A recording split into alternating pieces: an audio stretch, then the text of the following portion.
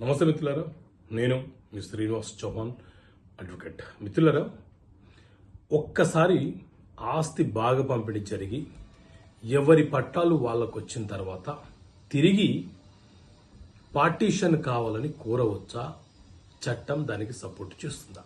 So మిత్రులారా, ఒక తండ్రికి జన్మించినటువంటి కుమారులు కుమార్తెలు ఎంతమంది ఉన్నారో వాళ్ళు వారసత్వంగా తండ్రికి వచ్చినటువంటి ఆస్తిని బాగా పంపిణీ చేసుకొని ఫిజికల్ పొజిషన్ పంచుకొని ఎవరి పట్టాలను వాళ్ళు పొందిన తర్వాత గత కొన్ని సంవత్సరాలుగా ఆయా భూములలో ఆయా వారి ఆస్తి బాగా పంపిణీలో సాగు చేసుకుంటూ వ్యవసాయం చేసుకుంటూ జీవనం కొనసాగిస్తున్న క్రమంలో తిరిగి ఏ ఒక్కరి అంటే భాగస్థులలో ఏ ఒక్క భాగస్థుడు నాకు పార్టీషన్ సరిగా జరగలేదు, నాకు తిరిగి పార్టీషన్ కావాలి అని ఉద్దేశపూర్వకంగా దురుద్దేశంతో ఏదైనా ఒక మిస్రిప్రజెంటేషన్ జరిగిందని చెప్పి నాకు తిరిగి పార్టీషన్ కావాలని కోరితే చట్టబద్ధంగా అది జరగడానికి అవకాశం లేదు.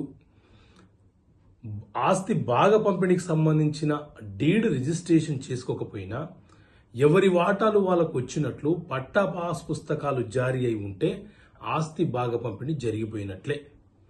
తిరిగి మనకు నచ్చినప్పుడు నాకు ఇది కావాలి, నాకు వాటా ఇక్కడ న్యాయం జరగలేదు అని కోరితే అది మూర్ఖత్వమే అవుతుంది. కానీ ఏ సందర్భంలో తిరిగి పార్టీషన్ కోరవచ్చు అని అంటే ఫ్రాడ్, మిస్రిప్రజెంటేషన్, దురుద్దేశంతో ఒకరికి అమాయకంగా ఉన్న వాళ్ళకు తక్కువగా ఇచ్చి కొంత హుషారుగా ఉన్న వాళ్ళు ఎక్కువ తీసుకొని, లేదా కొంత వాల్యూ కలిగినటువంటి భూమిని ఒకరు ఎక్కువగా తీసుకొని వాల్యూ లేని భూమిని మరొకరికి ఇచ్చేసి ఈ రకమైనటువంటి సందర్భం ఏర్పడినప్పుడు, లేదా మైనర్లుగా ఉన్న పిల్లల యొక్క వాటాలను వారి హక్కులను భంగం కలిగించేలాగా వారికి రావాల్సినటువంటి వాటా వారికి ఇవ్వలేని సందర్భంలో అప్పుడు తిరిగి పార్టీషన్ కోరే అవకాశం ఉంటుంది.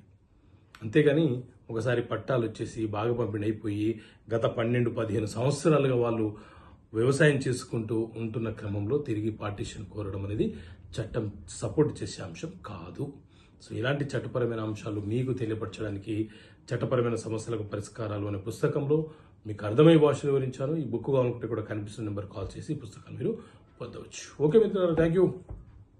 జై హింద్.